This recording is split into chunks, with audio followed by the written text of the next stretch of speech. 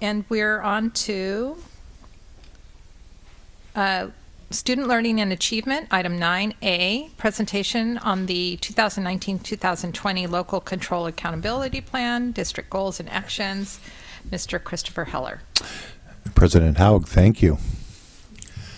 This month, we do our usual Local Control Accountability Plan review, and this month, well, actually, I'm jumping ahead of myself. Here's the 3 goals that we have. And this month, we are taking a look at our district's Spanish language acquisition. So in the past, we've talked about ELD, and this month, we're going to talk about Spanish acquisition for all students. The board is aware that the district has always had Spanish instruction for students in different forms. And this was highlighted in our academic achievement or academic excellence subcommittee from 2 years ago, where we discussed opportunities and ways where we can incorporate more Spanish into the school day. As you know, and as our principals know, it's very difficult to find more time and opportunities to incorporate new or additional ideas in our already filled school minutes calendar. So one of the things that we talked about was adding a special called a B-STEAM position, which is bilingual science, technology, engineering, art, and mathematics. And so I had the opportunity of observing our new teacher, and I took a picture of the I can statement that you could see there, that is for each grade level, that is written in English and in Spanish. So it does give students an opportunity to compare the English and Spanish languages, see how similar they are, and also understand their language, but also extend and understand a different language. And what I observed in this lesson, I want to move on to the next slide, was students were engaged with a group activity on the best strategy to launch a pumpkin using a plastic spoon and a candy pumpkin. Around this, it was in October. And so within this activity, they most of the time they spoke in English, but a lot of the directions and the responses were in Spanish as well. So it's building that familiarity with language and incorporating it into a science and technology classroom. So it was well received by the students. They had lively, engaged discussions. I was able to participate with one group. They wanted me to do a lot more than I wanted to do. I just wanted to observe, but they really wanted my guidance and leadership, and I think I was a little out of my league. So, so I also wanted to point out that at the primary and elementary level, each week that with the STEAM class, with our Spanish instruction, and with our physical education class, all those specials that are 40 minutes each, students are exposed to about 120 minutes minimum of Spanish at each of those TK through 5 grade levels, which I think is a noble start for any language acquisition. RLS, this is where students begin to start choosing electives, and you can see that the variety of electives begins here, from Heritage Spanish to Spanish Language and Cultures. Students have elective and opportunities to continue their Spanish and begin their Spanish acquisition depending on the level that they're at. This is furthered at the high school. Ben provided this colorful chart that illustrates the different levels where students are enrolled in Spanish at the high school. And all that leads to the end is the goal of having students that are biliterate. And hopefully at this graduation ceremony in 2020, 2 out of every 5 students will be biliterate. And that's a really big accomplishment. In addition to looking at the advanced placement scores, you could see over time as students continue to be exposed to Spanish that the test scores are on the AP exam are phenomenal. And I think that's a testament to many districts begin Spanish in middle school, and the coursework begins there, usually in 7th and 8th grade. But I think with our district's focus on the exposure and increased opportunity at the younger grades, it becomes more familiar and easy to acquire the language to become biliterate. So our next steps would be continue to promote the seal of biliteracy for students, and I would anticipate that we would continue to see a trend that would move upward and having more students become biliterate by their senior year. Since B-STEAM is a new program, we want to continue to evaluate the effectiveness and make some changes and tweaks along the way as needed, and always continue to look for additional opportunities where we can incorporate Spanish language instruction within our daily curriculum. Like I said at the beginning, it's hard, but we found a way with the B-STEAM, so we'll just continue to be open-minded to any other additional opportunities. This is a very high-level presentation. The principals in the spring are going to give monthly presentations on a more granular level of Spanish at their sites. So I just wanted to introduce this concept, and in the spring we'll have deeper presentations from each of them from their sites. Any questions? I have a quick question. So you said, I'm sorry. I'm just going to call on the audience if there's any comment from the public. Questions? Board members? So my question is, I'm not so excited now. So you mentioned 40 minutes a week for the B-STEAM class then? Yes. TK5, and then 120 minutes like with classroom as well, including B-STEAM. Is that B-STEAM, Spanish, and physical education. They're 40 minutes each, so it would be 120 minutes as they use those. You combine those 3 40-minute segments. Great, thank you. Mr. Heller, I was noticing on the high school AP, so 24 enrolled, but 28 has taken and passed. Am I assuming that's just students who signed up just to take the AP test? I believe so, yes. With Mr. Cinto's head nodding confirmation, okay. I believe that's accurate, yes. Okay, thank you. And also the 30 to 40% of all seniors will earn the seal of biliteracy. Is that including other languages such as French, or is that just Spanish? I believe it's solely Spanish, yeah. No? Do you want to come up to the... You have to come to the podium. It's all of them, yeah. And sometimes the criteria changes because to be the seal of biliteracy, it's not just 4 years of language, but you have to have an English language proficiency as well. So you have to have a B average in English language arts throughout your academic career. I just wanted to say a quick comment. I was on that committee as a parent as far as this getting more Spanish into the school day. And I just wanted to commend the district for finding a creative way to get a little more Spanish in the classroom. And obviously now being the board member, what I've learned obviously is that it takes time and process. I know a lot of parents just want things to happen right away, but just to show that over that time, the 2 years, that you guys are still sticking with that committee recommendation. So good. Thank you. Thank you, Trustee Olguin. Well said. Any more comments? Okay, moving on to 9B. This would be the presentation of the St. Helena High School Focus on Equity, and I would like to call on Mr. Ben Cinto. All right. There we go. Joe, a little cameo right there. All right. All right, so I am the last presenter, and all of my colleagues have done a tremendous job on sharing equity in their schools. But what I really wanted to stress is equity, in at least at St. Helena High School anyway. And something that really kind of struck me was that, before we even started talking about equity this year, it's something that's been, on our minds for a long time. And what I hope to evidence is what you see over time has really paid tribute to the notion of equity, not just this year, but at least from my recollection, the last 10 years. So I have a very specific lens for looking at equity. So how are we designed and structured as a school? What are some of the practices that evidence equity? And then where do we allocate dollars which show that we're putting them in the places where we need them? So And I did hijack this from somewhere else. I don't want to take credit for it, but those lens were, I read an equity report out of, I forget which firm, but those were the lens that they looked at equity when they went and evaluated schools. So how are we structured?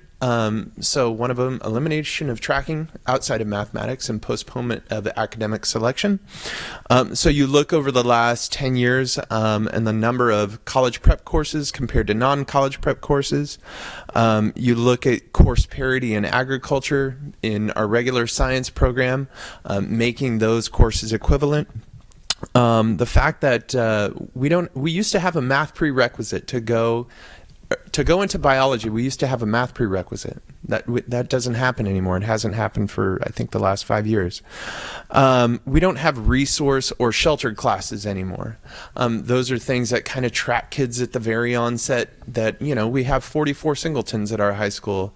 And as soon as you put in a course like that, kids start to follow each other elsewhere in terms of what courses are available to them. And none of this could happen without the hard work of teachers and the open-mindedness of teachers. When you talk about college prep, non-college prep, it's not something we don't just press a button and say, now it's college prep. The teachers have to submit their whole course outline and documentation to support that to the College Board to get that approved. So I know I told you, I think it was last year, that even personal finance was approved as a college prep course retroactively for 3 years. And that took us trying to get that course college prep approved. So again, it continues the momentum of those students and makes more kids eligible for college selection. And it also works in the reverse. If you remember, I want to say about 7 years ago, we eliminated Honors English 9. That was a course that really separated students, even though, as a high school, Pope Valley, Howell Mountain, RLS, Montessori school, and even the Catholic school when it existed. But it really separated kids at the very onset. And there's a lot of research talking about we shouldn't even separate until grade 11. So anyway, all right. Getting myself in the weeds there. Attractive alternatives. Again, I talked about personal finance. Ms. Hurdell just left, but ornamental horticulture as a G elective science, our agri-science pathway, our drama being a CTE class as well as a visual performing art. We just added dance. You have to come to the dance class. You have to see the student population in our dance class. It's truly amazing. And then Julio set it up perfectly. Heritage Spanish at the high school. We have 2 levels of Heritage Spanish, and we were very intentional about those courses and having Spanish 2 and 3, and then those students who were on the traditional track coming back together at Spanish 4, bringing students together. Remove dead ends.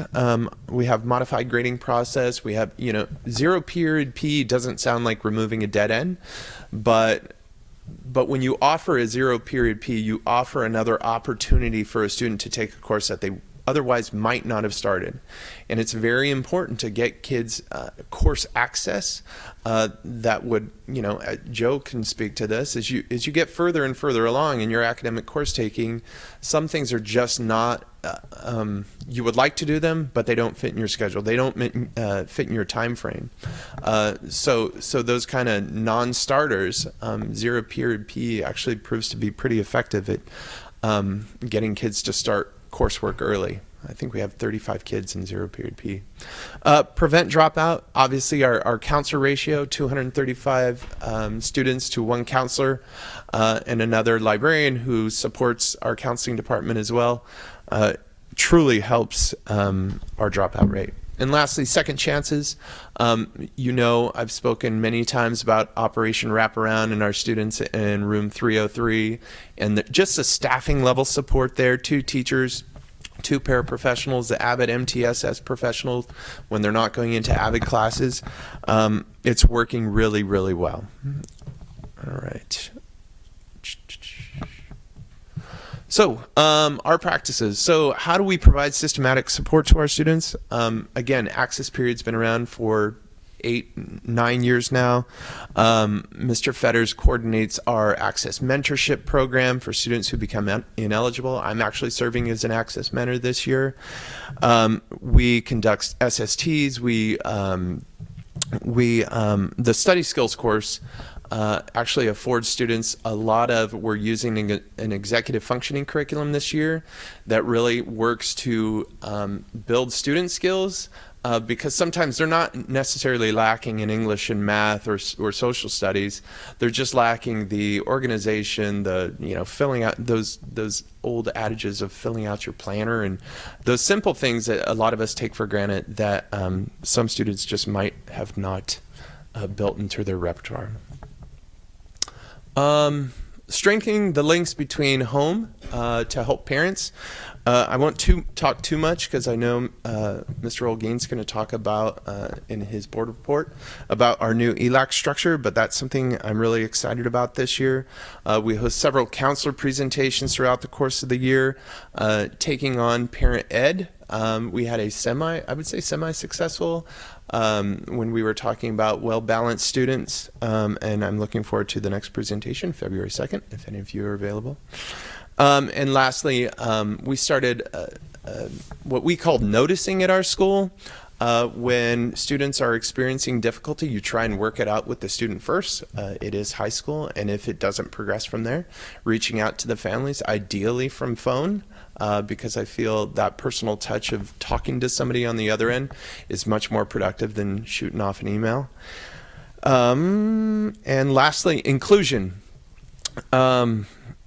We had our equity, or not, what is the name of the subcommittee the other day, Mr. Heller? I'm sorry. Equity, Climate, and Culture.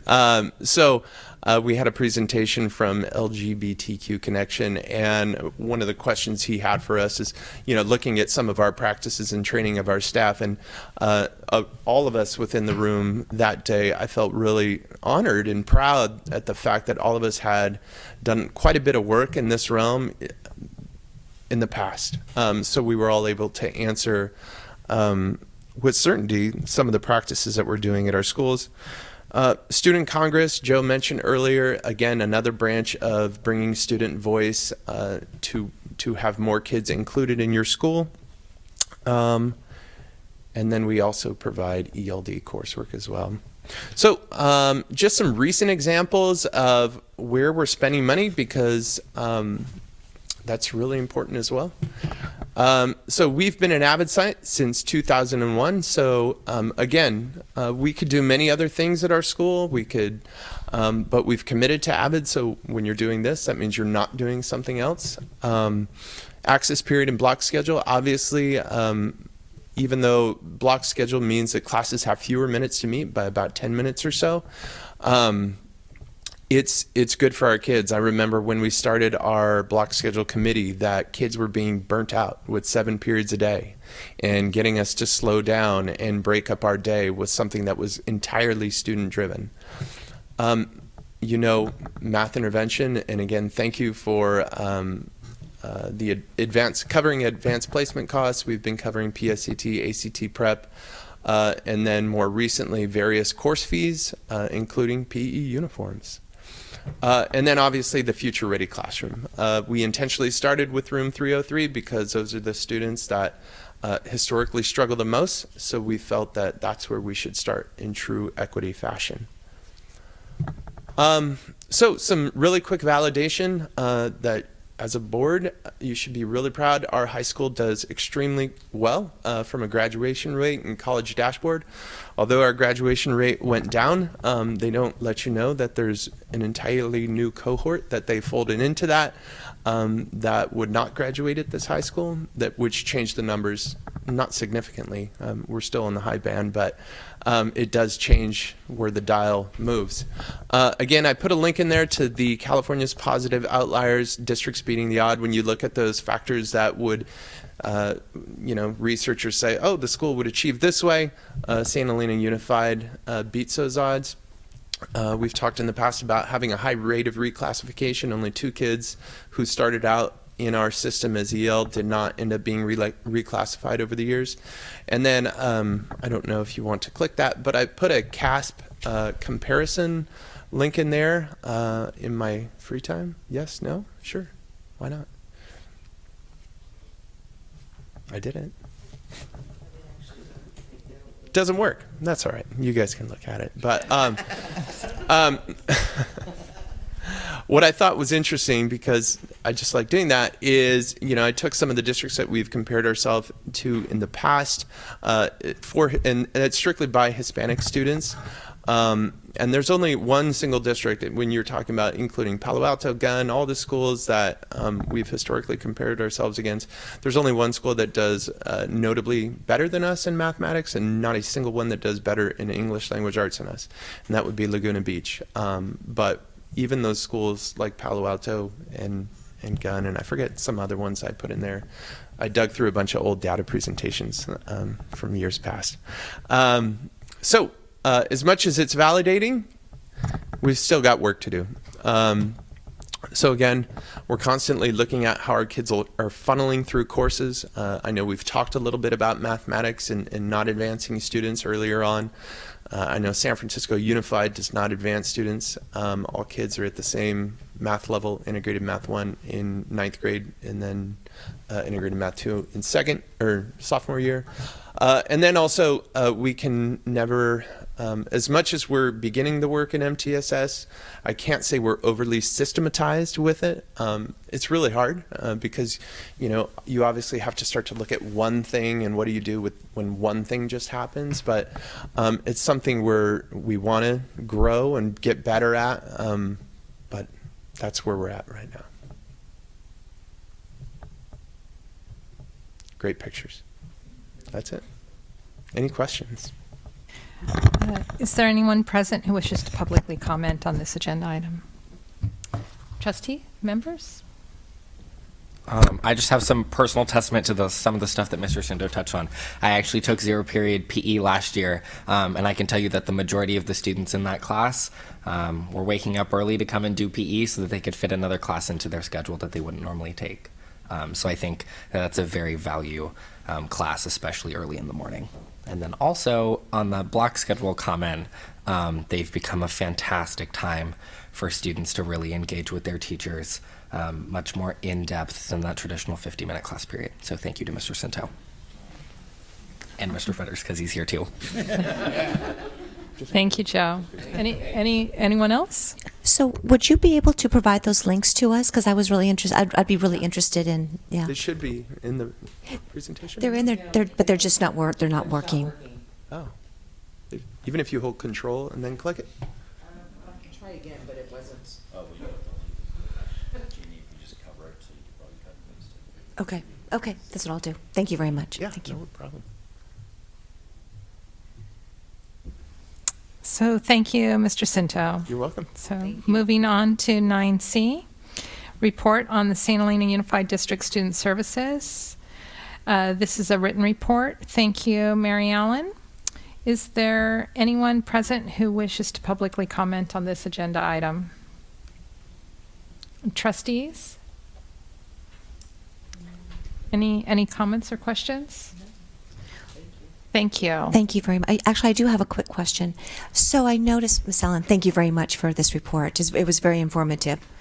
And I'm probably not going to say this correctly, but I'm going to, where there's not office hours at RLS this year for the Family Family Center. Mm-hmm. Yes, That's correct. And so that sounds like that changes each year depending on need. Is that correct? Apparently so. So between Corinne and the Up Valley Family Center, it was just a decision that it wasn't being utilized enough. Okay. So they just pulled the staff back. We're in the process of definitely setting something up at the elementary school, and certainly the high school with Mr. Cinto and the wraparound. We have Up Valley already repositioned there. So we're just putting it where the need is. Perfect. Okay, great. Thank you. Thank you. That's all. Thank you, Mary. On to item 10A, facilities. December 2019 facilities update. This is a written report. Thank you, Andy. Is there anyone present who wishes to publicly comment on this agenda item? Trustees, do we have any questions? I do have a question. I was just looking at the replacing the shades with the filming, the window film. How is that working, and how does that? Well, when we first replaced the blinds a few years ago, we looked at a bunch of options for replacing them, and then in getting some feedback from staff, we determined we could go with a less expensive model because we didn't think they'd be pulling them up and down very much. And so the blinds are still fine in a lot of the classroom windows, but it's in the doors where they're in the windows on the doors where when they go up and down a lot, and then when they're failing, they become a safety hazard. So we're definitely putting the film in those doors. And then also we had our safety assessment conducted recently, and the gentleman that came and did that was apparently impressed with our blinds, which is good, but he also recommended that in some places across the district where you would have to move pretty quickly to lower them, he suggested film there. So we've identified a couple of places where we want to do it. So it'll be a gradual shift. And then the blinds are also good for blocking out the sun, so it may be that we have a combination of both. And with the film, the film, does it make it dark? Does any sun get in through that, or? Sun does get in, but it can block a little bit of the sun, so we want to be mindful of that. And part of the cost is because typically you hire a vendor to put it in, but we think that we can maybe order the materials and then train somebody in-house to be able to put it in, which will save us on some of the labor costs. Right. So when we do some of the work here at the high school and the doors that we have planned, we're going to have one of our maintenance crew shadow them to see if it's something that he can do moving forward if we just order the material. Right. Thank you. Ms. Stubbs, currently the high school office has the tinting film that the trustees could stop by to take a look at. Is that correct? I believe so, yes. So the front office at the high school has the film. And what's great about it is that it not only does it help with sunlight, the film you cannot see in from the outside. Okay. And that's the important piece. I felt compelled to mention we had 3 of our classrooms that face a lot of sun, and the blinds were heating them up a lot. So the blinds were helping to cut down on the sun, but then the heat was getting a little bit hot.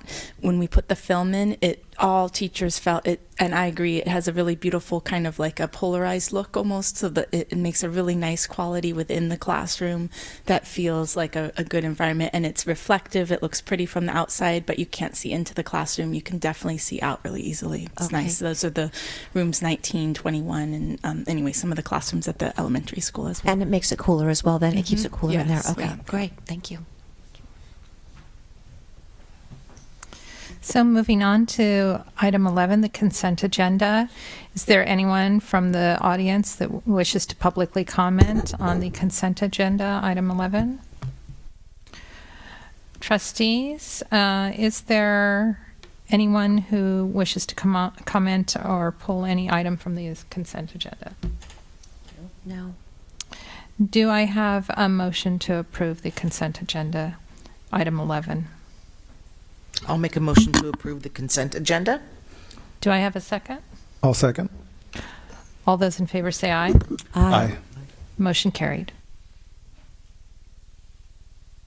Item 12A. That would be review and consideration for approval of the 2019-2020 first interim report. I'd like to call on Miss Andy Stubbs. Thank you. And we're going to do the first interim report a little bit differently this evening. We're going to have what I'm calling kind of a board focus just on one key element that has to do with the property tax increase.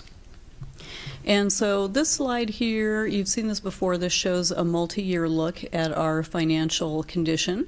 So we have the current year 1920 through 2021, and this is directly out of the first interim report, and we do have the full presentation that you're used to seeing in the board agenda and all the forms that you're used to seeing.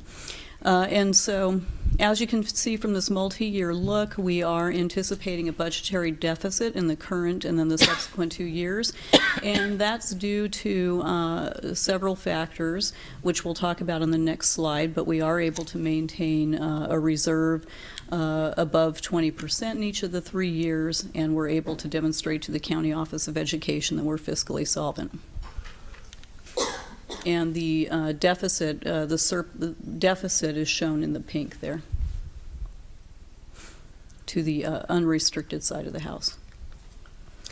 And so this slide here shows all the key assumptions that go into the deficit that we saw on the previous page. And so, for example, in current year, we're budgeting 5.34% in property tax growth compared with 18-19, because now we've had a sense of actuals for the year because we received the most recent certification. But then in the 2 out years, we're budgeting 3% property tax growth because we want to be very conservative in terms of what we're budgeting, and that was the recommendation of the Budget Committee a couple of years ago. And then additionally, the board approved ongoing salary increases as a result of negotiations, and so 4% in the current year, 4% in 2021, and then 3% in 21-22. And we are closed for the 3 years, so there won't be any additional increases for those salaries. And then going down into some other expenses, we are paying out the full cost of our STRS and PERS retirement incentive in the current year. But then that cost goes away in the subsequent years. And the reason that we're doing that in one lump sum is so that we can avoid 7.5% interest. And then going down to the next item where it talks about the contribution to routine restricted maintenance. Before the Great Recession hit, the state used to match district funds for deferred maintenance. And then when the recession hit, the state stopped providing those dollars, but school districts still had to come up with the funding to support deferred maintenance. And the state also said you don't have to contribute quite so much to your routine restricted maintenance account, which lives in the general fund. But now that those years are past and our ADA is over 1,200, the state now wants us to contribute 3% to that account again. And so what we're doing in the 2 subsequent years in order to reduce the budgetary deficit a little bit is, since we have to contribute a certain amount to routine restricted maintenance, we're reducing our contribution to Fund 14 somewhat.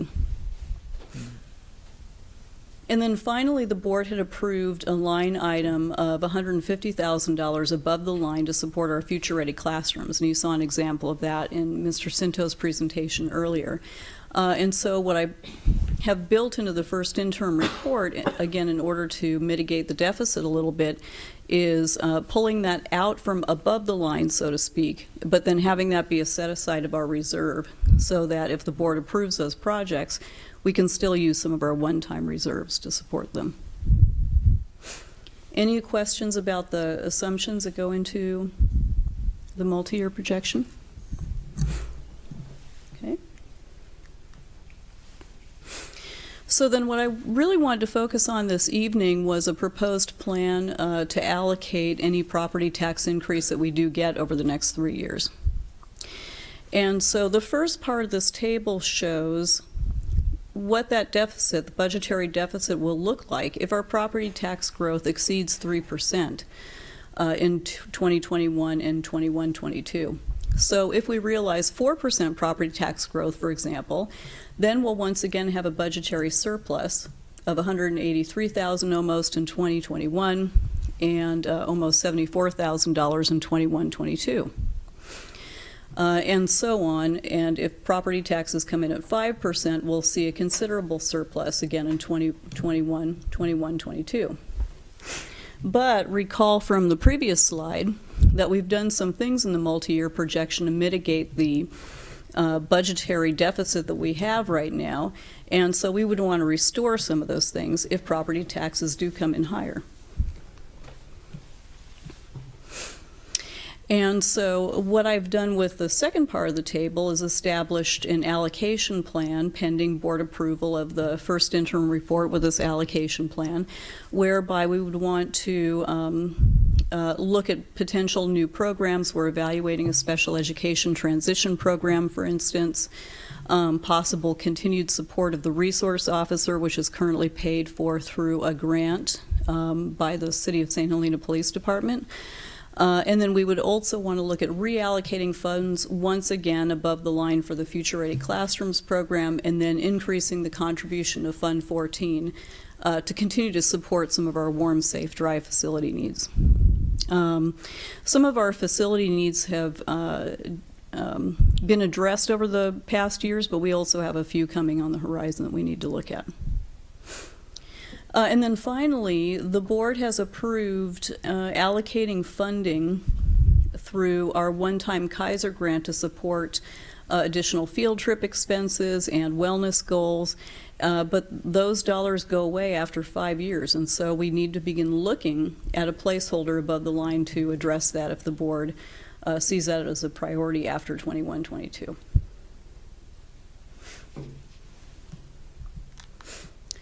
And so with that, I would recommend that the board consider approval of the first interim report with the proposed multi-year property tax increase allocation plan as presented.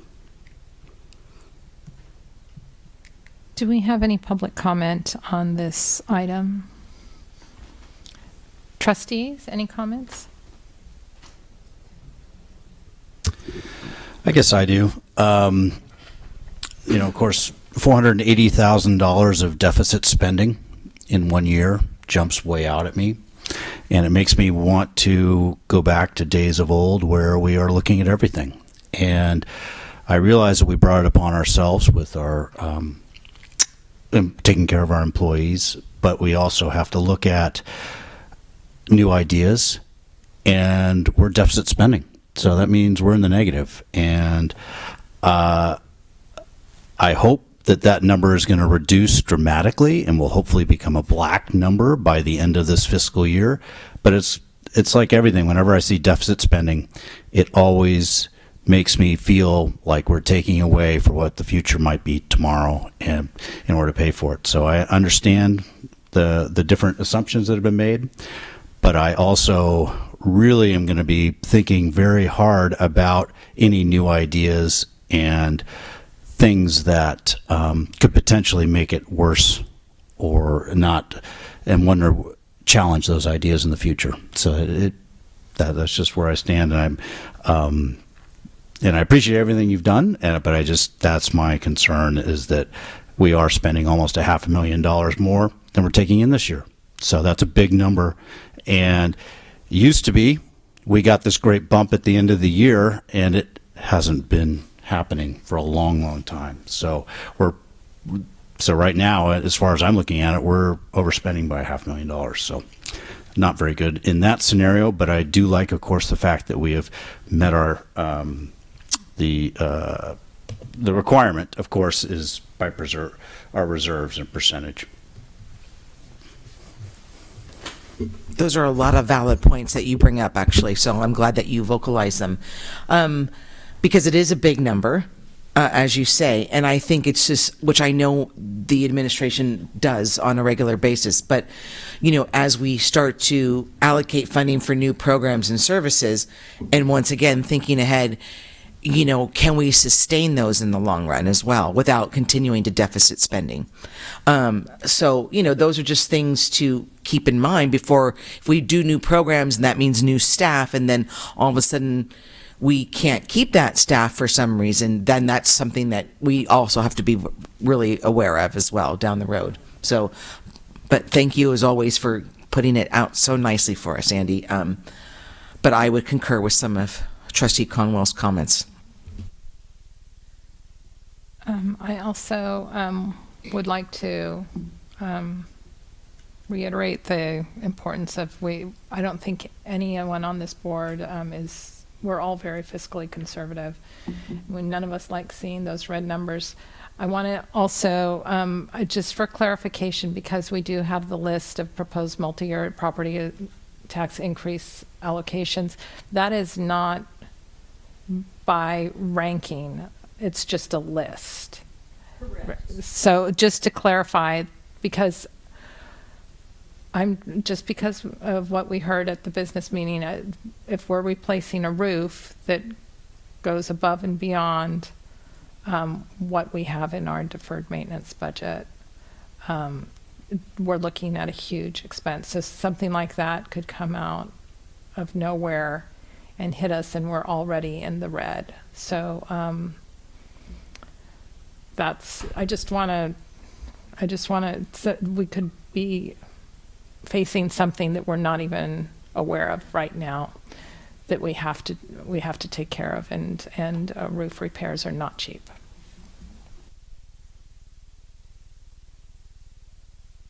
Any other comments? Is there a motion to approve the 2018-2019 audit report as presented?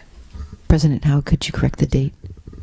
I'm so sorry. 2019-2020 audit report as presented. I'll make a motion. Is there a second? I'll second. All those in favor say aye. Aye. Aye. Opposed? Motion carried. And President Howe, just to clarify to all board members, you were accepting the first interim report, not the audit. Yeah. Should I I will call that vote. So I am sorry, I was on the wrong screen. Is there a motion to approve the 2019-2020 first interim report as presented? I'll make that motion. Is there a second? I'll second. All those in favor say aye. Aye. Motion carried.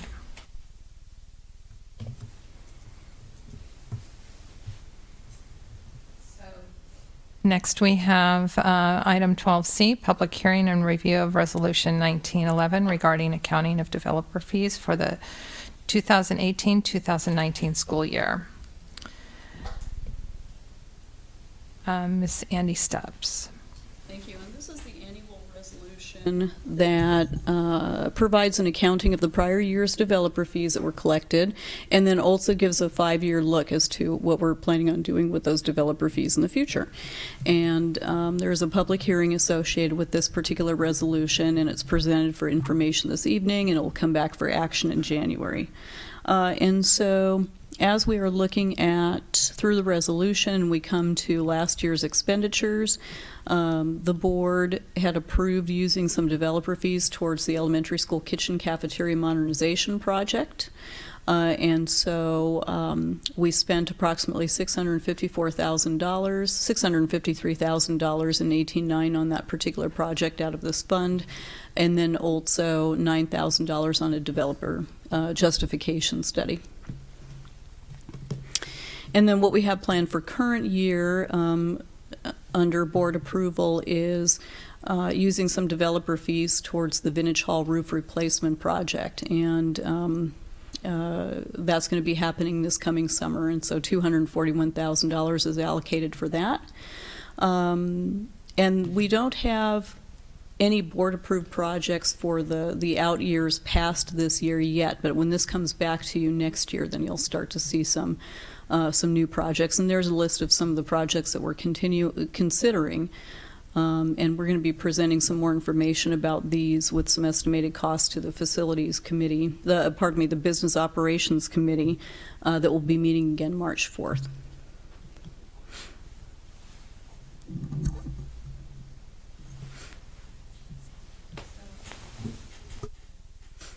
I go straight to the public hearing, correct? Or do I ask for public comment? Is there any public comment on the public hearing? I'm sorry. Or the resolution? You are going to hold the public hearing at That's this what I time. thought. Okay. So the public hearing for the 2018-2019 accounting of developer fees is now open at 7:22 p.m. Is there any public comment?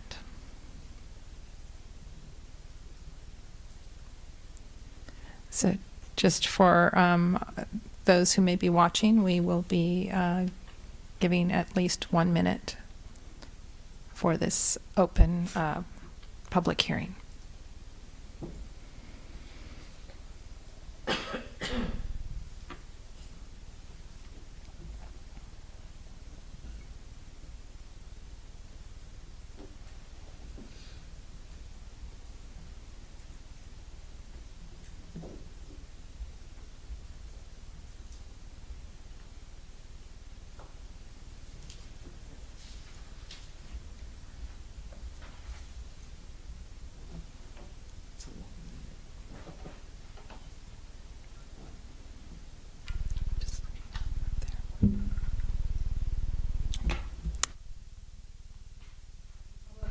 The public hearing is now closed at 7:23 p.m. Do the trustees have any questions about the 2018-2019 developer fees? My question, Andy, is, and just remind me, please, are these with developer fees, are they restricted in what we can spend? Yes. Yes, we can spend them on construction and renovation of school facilities. Okay. And it used to be in the old days you could only spend it on construction associated with enrollment growth, but they've changed the regulations a little bit, and so we can renovate facilities with those dollars now also. Okay. And is there a percentage of the funds that come in each year that we have to spend during that year, or No. are we able to hold? Yes, we don't have to spend them right away. Okay. Correct. There's no limit. There's no time limit on. Okay. Correct. Thank you. So are there any other trustee comments? So this item is for information and public hearing only. It will return in January for action. Item 12D, request for approval of contracts over $25,000. Thank you, and this was just a little bit over, $266 over the $25,000. This would actually be for some renovation work at the primary school. The bathrooms are very much in need of some repair and renovation, and so we have a contract pending board approval to work on that spring break. Is there anyone present who wishes to publicly comment on this agenda item? Do the trustees have any questions about this agenda item? Quick question. How many bathrooms is this for? This will be for 5 bathrooms. Okay. Yeah. I thought I saw that. And that includes the ones in the, oh yeah. Is it in the, like, the kindergarten classrooms, or just the ones that are out, like, in the breezeways? I believe it's all the kinder bathrooms. I can confirm and then Okay, email just, the board after. all right. Thank you.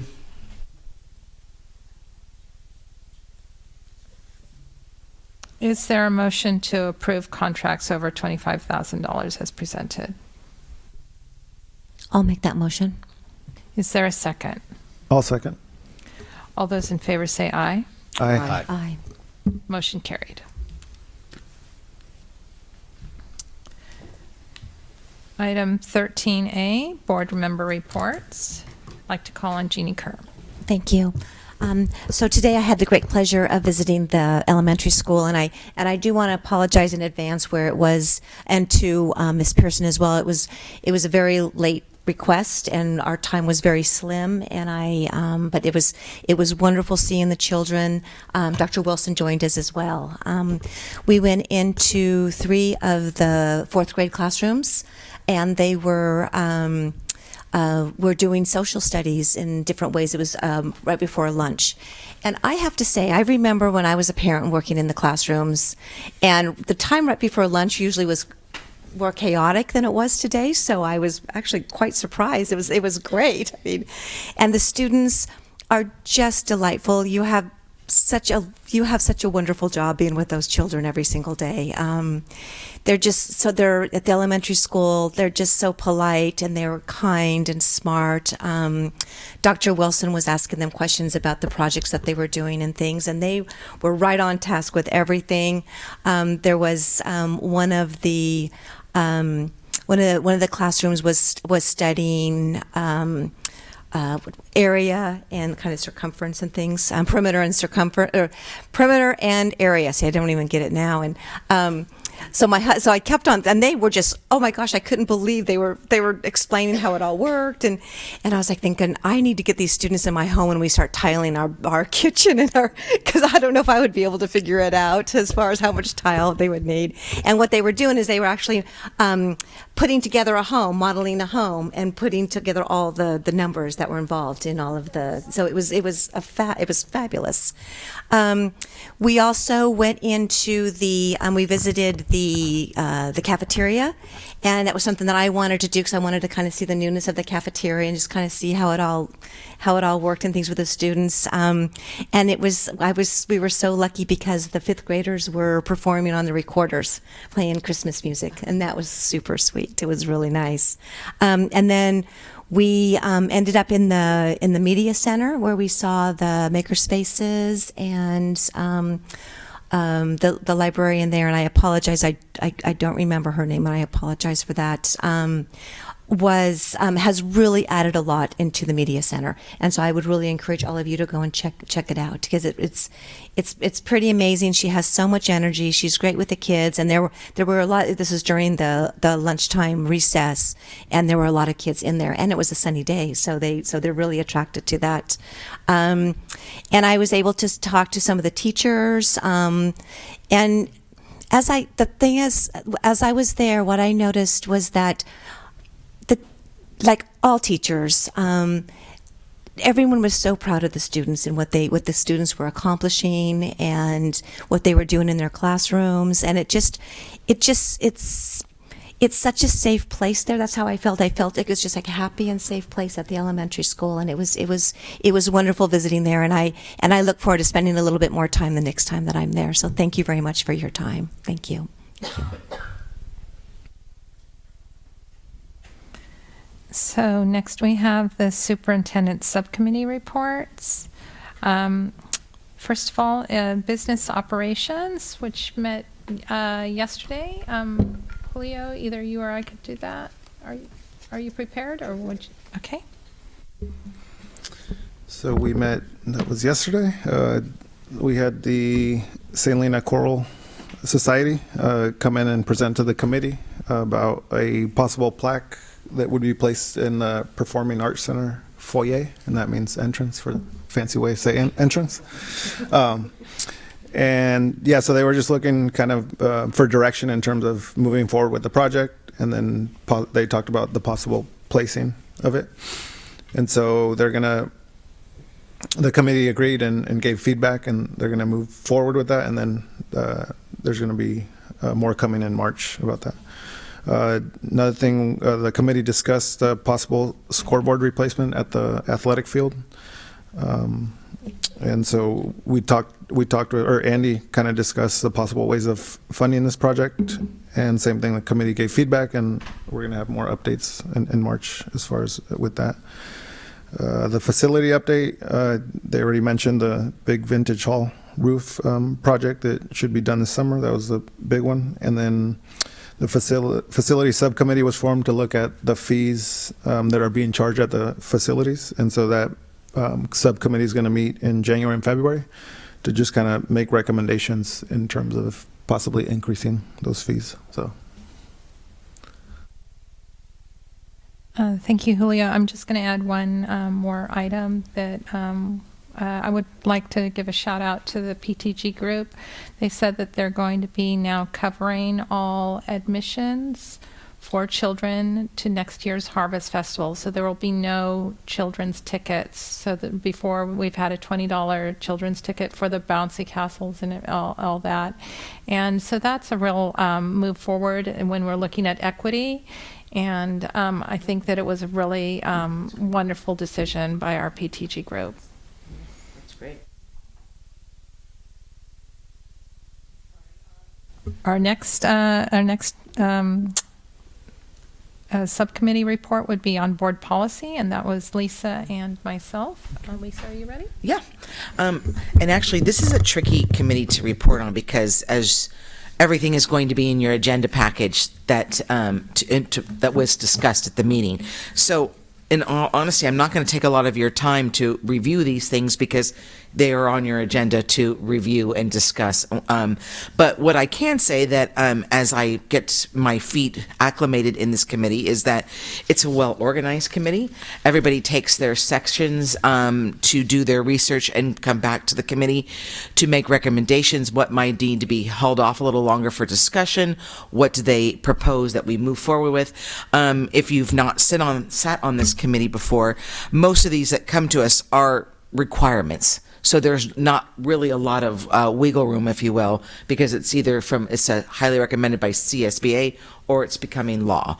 So you'll see within your packet things that we're going to hold off on, things that the district is proposing that we move forward with.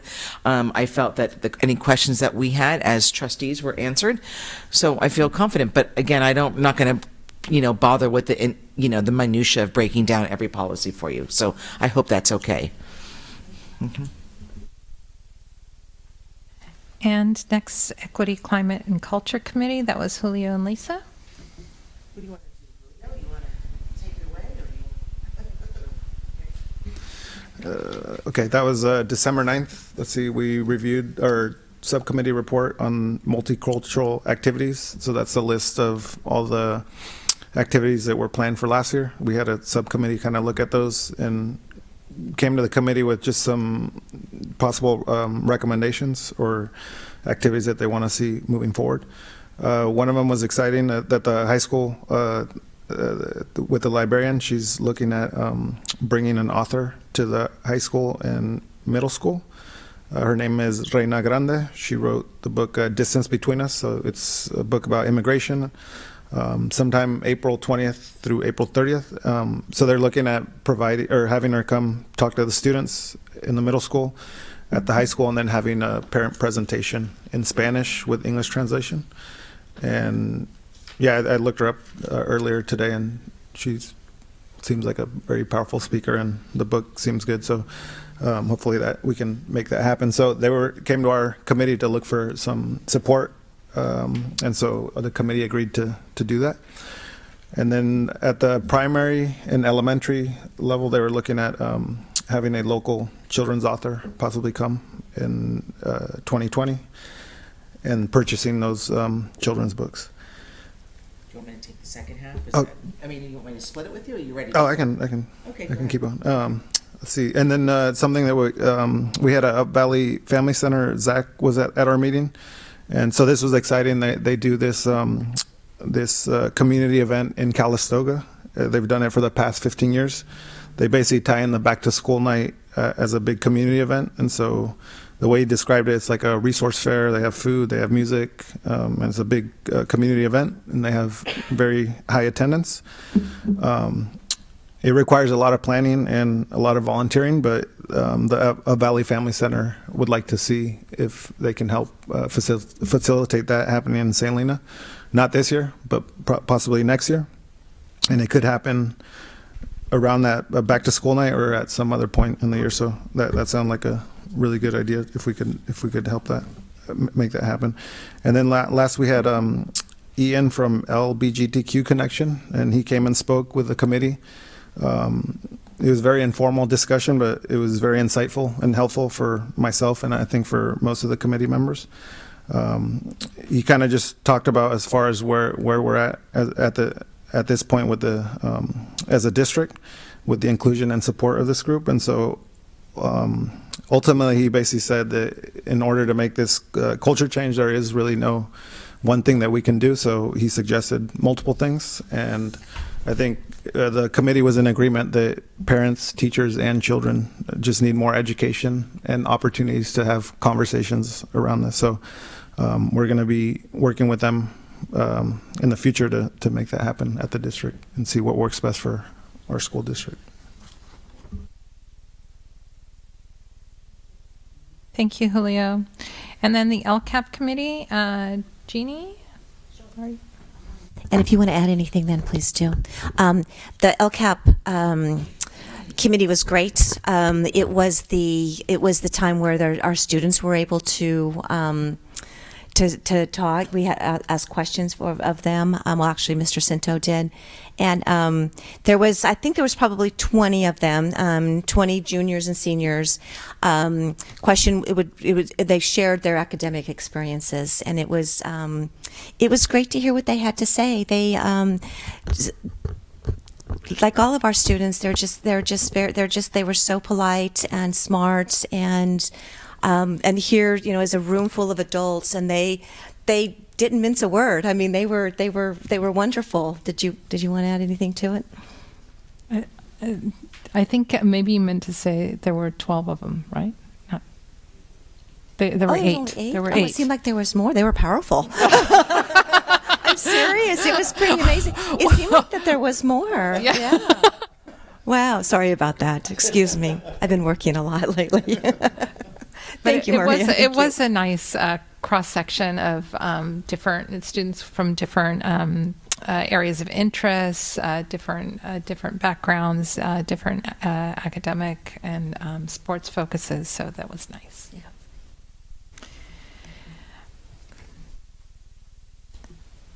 So on to the SHTA report is a written report, and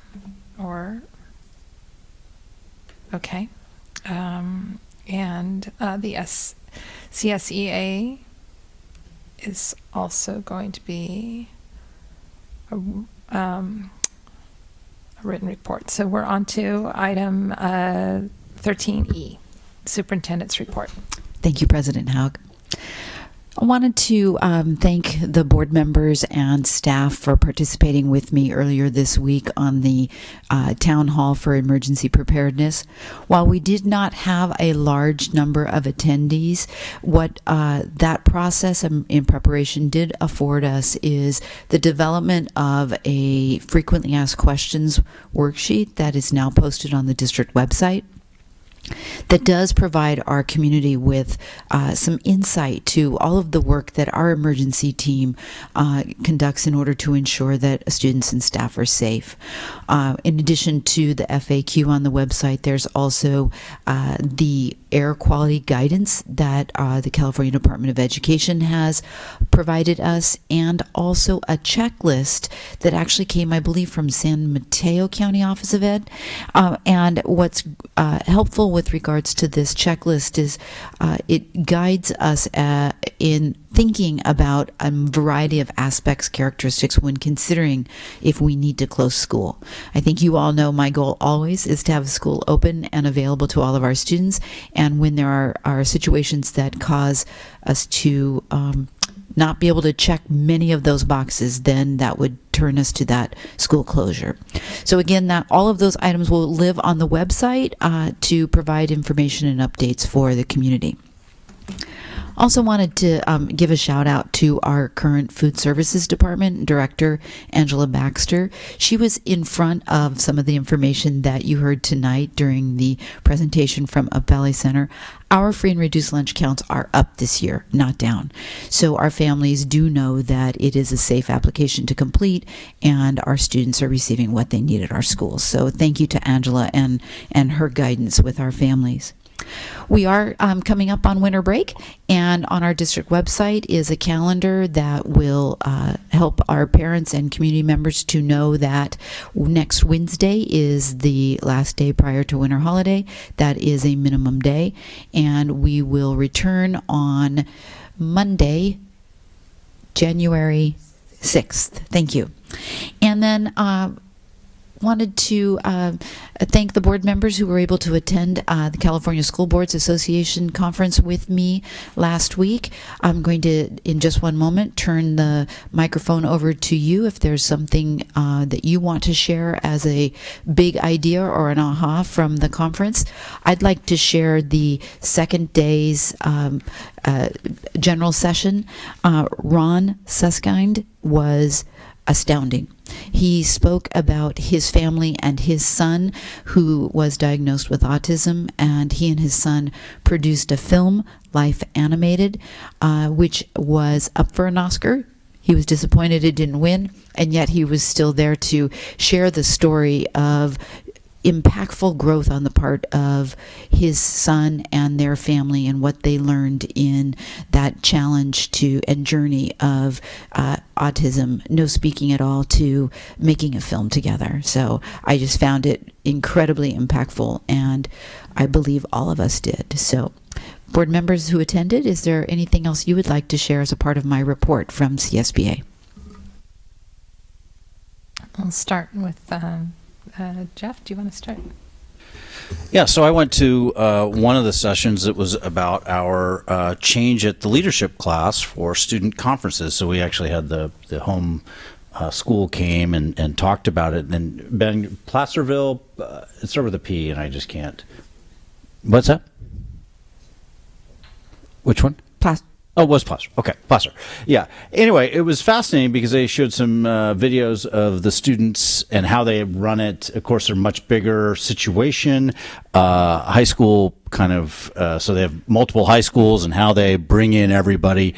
But it really allowed the ideas to bubble up from the students. And so it's interesting to watch Joe go through this and kind of start the development for us. And so I wanted to see what the original was kind of, and we're different because we don't have 4 high schools, and we don't have 12,000 high school students. So there's obviously some different stuff because we're one site, and it'll be interesting to see how this goes. So I was very impressed by that. Jeannie? So I noticed myself kind of going towards the equity strand, and the two that stood out to me as far as that, it was just the grading, kind of changing the way that we look at grades, and it was very interesting to me, just the history of grading and kind of where it started in the Industrial Revolution and how it's the same today as it was then, and it's just completely different criteria. And it's and as I was listening to Mr. Cinto's presentation, I was thinking, wow, we are changing things a little bit as far as grading and removing barriers as far as getting into classes and things. And that leads to my second one, where it was kind of taking away the barriers for our disadvantaged students to get into AP classes and honors classes and IB classes and those. And again, we're part of that. We're doing that system with the one with the removing the barriers from the AP classes. It was more kind of systematic and more kind of a formal way that they did it, and they contracted with a company in order to kind of move it along. Such as Julio said earlier, it's everything takes a long time to kind of get things going and getting everyone on board. But it's something that we should always be keeping our eye on as a district and as board members. Just kind of see how we can remove barriers for our families and for our students. I think for myself, one of the things that's really noticeable when you look at all the offerings that we can attend is still how relevant and the sessions continue to grow in number for social emotional wellness for our kids. It's kind of astounding and heartbreaking at the same time that it is such a widespread issue, and we are very fortunate at this district to have the resources that we have. When you listen to other schools struggle with trying to find counselors, or people starting to put in an MTSS system and whatnot. So I just was still kind of reminded by just the offerings that's a big issue. We have to take care of our kids. We got to make sure our kids are happy. One shout out to our very own Mr. Cinto and Mr. Randy Mendez for rocking it at their presentation. They were up against that movie Life Animated at Friday at 4:00, and we had a good turnout, and they were engaged. And as I said at the very end, I turned to Dr. Wilson and said, "We rock." So well done to that as well. I just briefly, I attended a session from Equality California that was doing a presentation on LGBTQ issues in the schools. Lots of work to be done in general, mostly with implementation on the part of schools. Again, we are very fortunate that we have the resources to do that, and we do implement quite a few things. And as I shared in the equity committee yesterday, is I did discover that we are considered a spotlight school by Equity California, because at first I was a little miffed that our name wasn't up on that list, and then when I did a little research, we are indeed a spotlight school, which is kind of a big deal, because even a community like Palm Springs that you would expect to be a spotlight school given their population and their culture was not a spotlight school. They have a great deal more work to do. So I was very proud of us yet again. So finally, I'd like to just talk about, I went to a PK seminar, and I know it's been a long time since we had a PK program. We did Padre a Padre, which is somewhat similar, a few years back. And I actually asked the panel pointedly, I said, well, you know, we've done these programs in the past, and then what is your recommendation as to how often these programs should be held? And I think they gave a very honest answer. They said every 5 years is about what you need to get a new crop of parents engaged into school and school programs. So we might want to look at either Padre a Padre again or PK again when that 5 year roll around comes up, because that's what their actual recommendation was. So just think it's important for our families to be involved, and it's a proven track record of a successful program. Okay, and then on to the school reports. That is items 13F, G, H, and I. Those are all written reports. Thank you to all of our staff, our administrators that are here with us today, and all the work that you do to present these reports to us. Are there any questions in the audience on those reports? Board members, any questions on the school reports? Okay, thank you.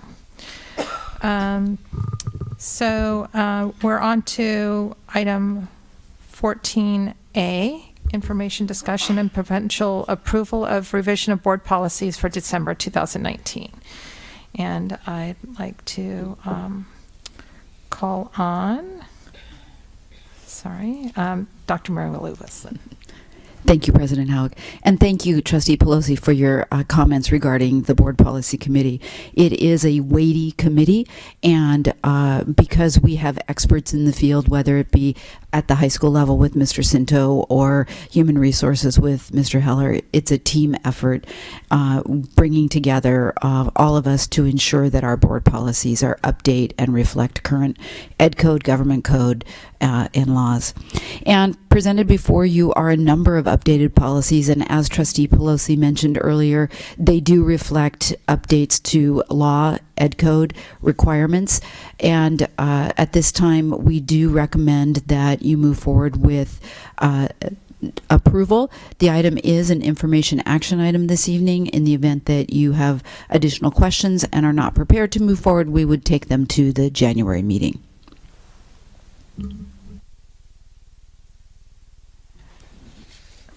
So I'd like to open the room to public comment on this item. And trustees, any questions? We're actually going to be looking at specifically AR 1312. We want to discuss this policy, and that would be community relations. We'll be discussing that this month or next, or is that in March? So the Board Policy Committee discussed that AR and no action was taken. We'll be bringing that one back to the Board Policy Committee at the next committee meeting. That's okay. My confusion, sorry about that. And are there any other questions, trustees? I'm comfortable with all the policies and moving forward with action. Is there a motion to approve? I'll make that motion. Is there a second? Okay. I'll second. All those in favor say aye. Aye. Opposed? Motion carried. Next, we have item 14B, information and approval of the enrollment caps for the 2020-2021 school year. Mary Lou Wilson. Thank you, President Haug. It is that time of year again where we are looking at District of Choice enrollment caps. You'll recall that the enrollment caps with District of Choice are aligned with the lottery that will be conducted in January, and then ultimately at that May 15th date where Erica and I are required to do a census on current enrollments, we admit students who are on that lottery list in that ranking order. So in order to prepare for that, we look at the caps every year, and you'll recall a couple of years ago we increased the caps at 6th, 7th, and 8th grade and 10th, 11th, and 12th grade from 80 to 85 and 120 to 125. We did not make the change to the cap at 9th grade, and the reason that we did not make that change, and I continue to recommend staying steady at 120, is that we have our 8th graders coming to us from RLS, and then we have unknowns because we typically receive incoming 9th graders from Howell Mountain and also from Pope Valley. So with those unknowns, we like to keep those numbers steady, and so we keep that cap a little bit lower. In the recent past, the last few years, we have noticed an increase in all District of Choice applications, meaning that from 6 years ago, we had a handful of applications, and I believe last year we had 84 applications total. So we keep seeing an increase.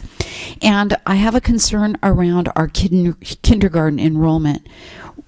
It's another unknown. We do have demographic studies that give us an idea around the number of children that will be attending that live in our attendance boundaries.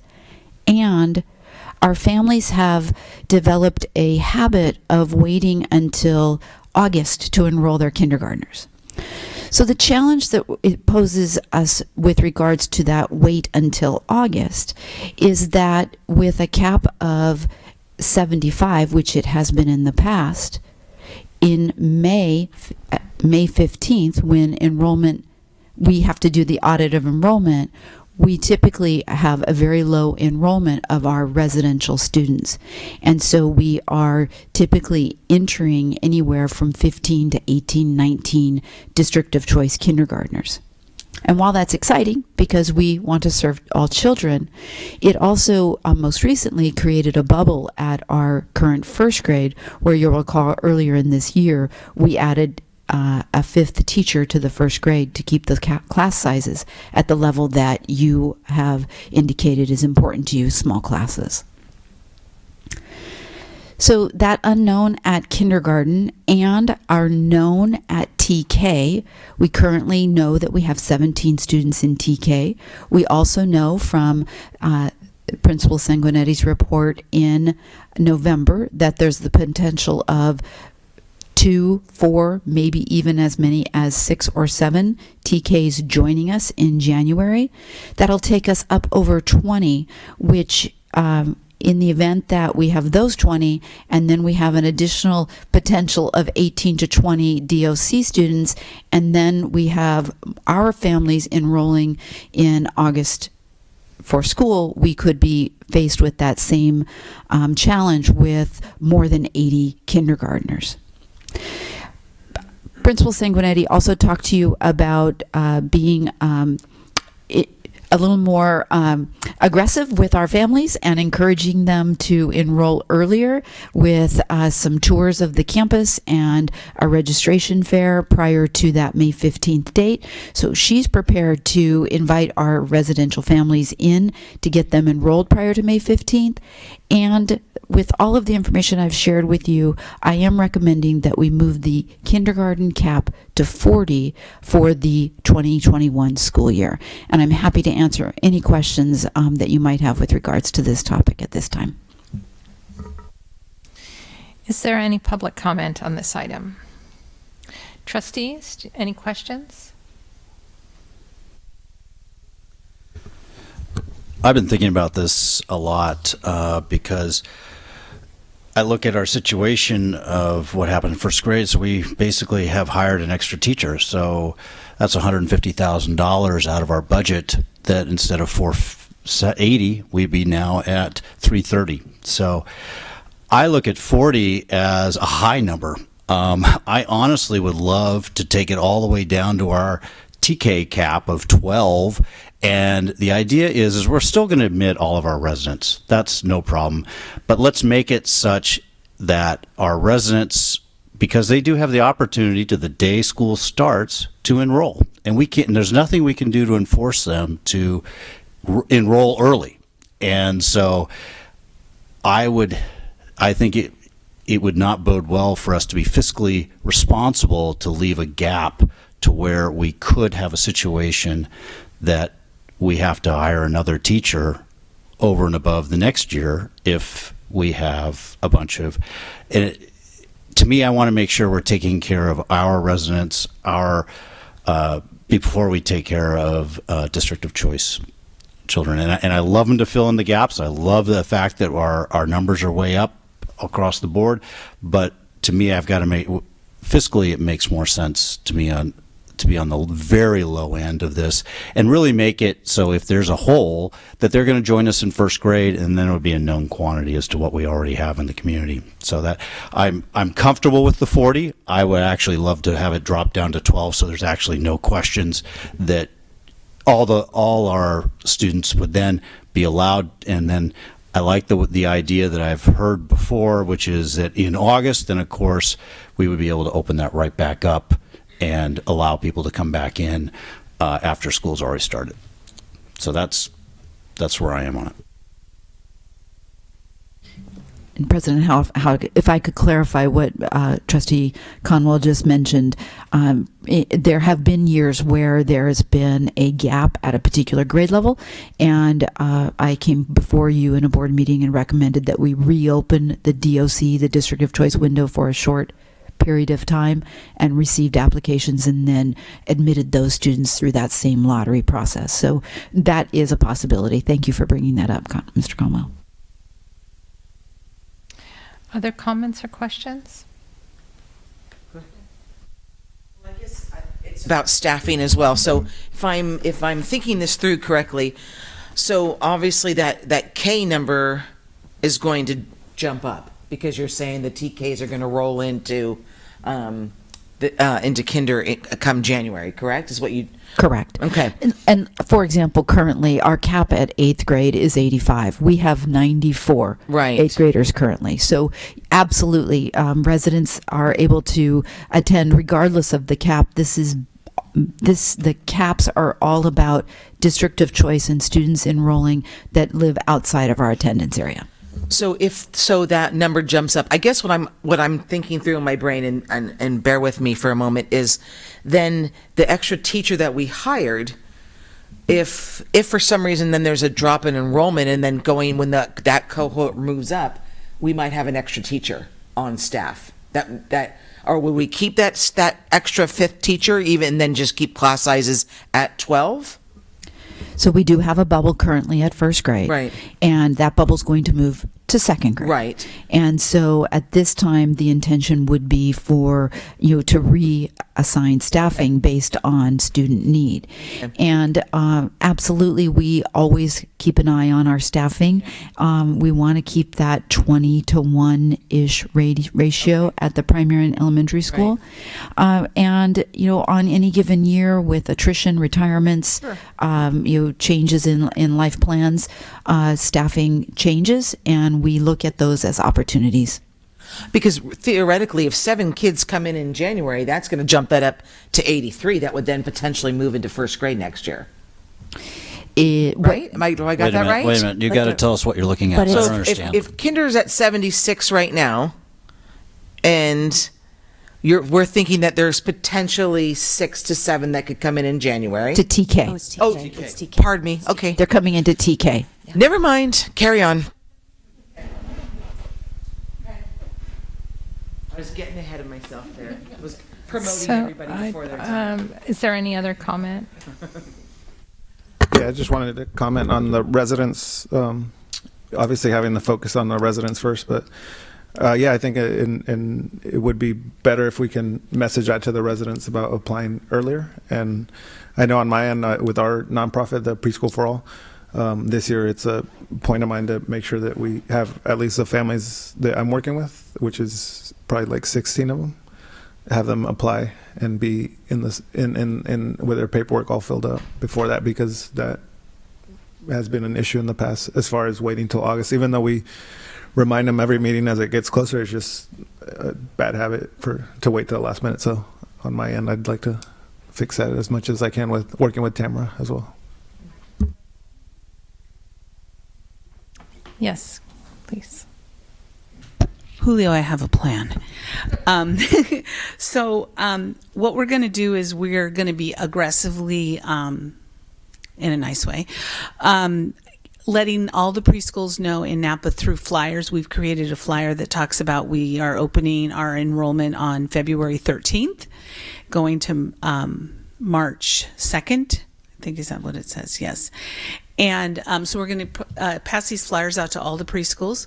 We have a new banner that we're going to be putting up in January.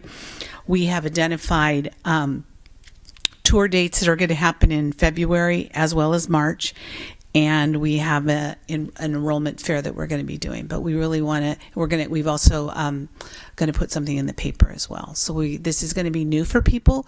And so we really want to get out there in front of it and really just share, over communicate this message. We'll put it on our website, district website, etc. So we're really hoping to get in front of this because it'll be new for people, the registration. And Jeff is correct in the fact that people can come in anytime, and that's kind of what happened over the summer. Was kind of unusual. We had a lot of people that actually moved into St. Helena that we weren't expecting, and so that was just like it just kept going up and up and up. So, any other comments? I just wanted to say that I'm comfortable in the 40, the recommended 40 for kindergarten. Thank you. I'd also like to say that I think that that's a really good number. Kindergarten is really close to, the key age demographic when you look at early childhood education. And the smaller the class size, the better for those students. So really we want to have our classes small, especially at that age level. I think that we're doing the best service to our students in our district if we keep our kindergartens in a small class size. So do I have a motion for, and I'm just lost my screen. I know, my computer died. Is there a motion to approve the enrollment caps for the 2020-2021 school year as presented?